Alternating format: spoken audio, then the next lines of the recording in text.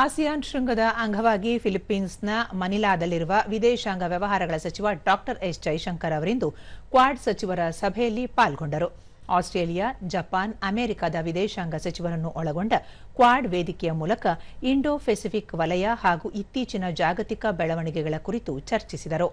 ಈ ಕುರಿತು ತಮ್ಮ ಸಾಮಾಜಿಕ ಜಾಲತಾಣದಲ್ಲಿ ಮಾಹಿತಿ ಹಂಚಿಕೊಂಡಿರುವ ಅವರು, ಆಸಿಯಾನ್ ಕೇಂದ್ರಿತವಾದ ಮುಕ್ತ ಹಾಗೂ ಸ್ವತಂತ್ರ ಇಂಡೋ ಪೆಸಿಫಿಕ್ ವಲಯ ನಿರ್ಮಾಣಕ್ಕೆ ಭಾರತ ಬದ್ಧವಾಗಿದೆ ಎನ್ನುವುದನ್ನು ಸಭೆಯಲ್ಲಿ ಸ್ಪಷ್ಟಪಡಿಸಿರುವುದಾಗಿ ತಿಳಿಸಿದ್ದಾರೆ.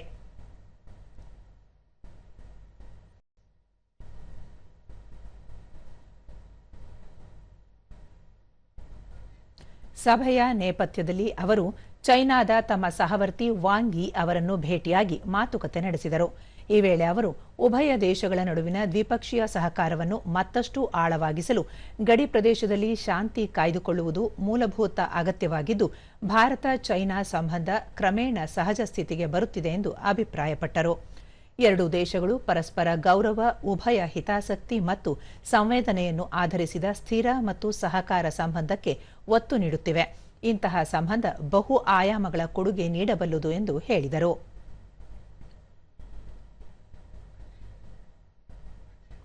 ಬಳಿಕ ಅಮೆರಿಕದ ಕಾರ್ಯದರ್ಶಿ ಮಾರ್ಕೊ ರುಬಿಯೋ ಅವರೊಂದಿಗೂ ಸಚಿವರು ಮಾತುಕತೆ ನಡೆಸಿದರು.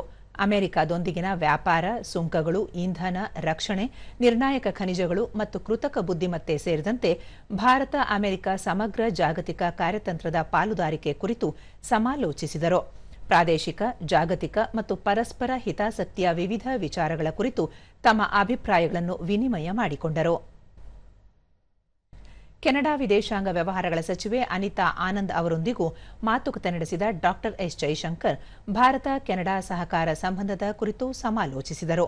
ಈ ಕುರಿತು ತಮ್ಮ ಸಾಮಾಜಿಕ ಜಾಲತಾಣದಲ್ಲಿ ಅವರು, ಭಾರತ ಕೆನಡಾ ಸಹಕಾರ ನಿರಂತರವಾಗಿ ಸ್ಥಿರವಾದ ಪ್ರಗತಿ ಕಾಣುತ್ತಿದೆ. ಉಭಯ ದೇಶಗಳ ಪ್ರಧಾನಮಂತ್ರಿಗಳು ನಿಗದಿಪಡಿಸಿದ ಸಂಬಂಧದ ಗುರಿಗಳನ್ನು ಸಾಧಿಸುವ ನಿಟ್ಟಿನಲ್ಲಿ ಮಾತುಕತೆ ನಡೆಸಲಾಯಿತು ಎಂದು ತಿಳಿಸಿದ್ದಾರೆ.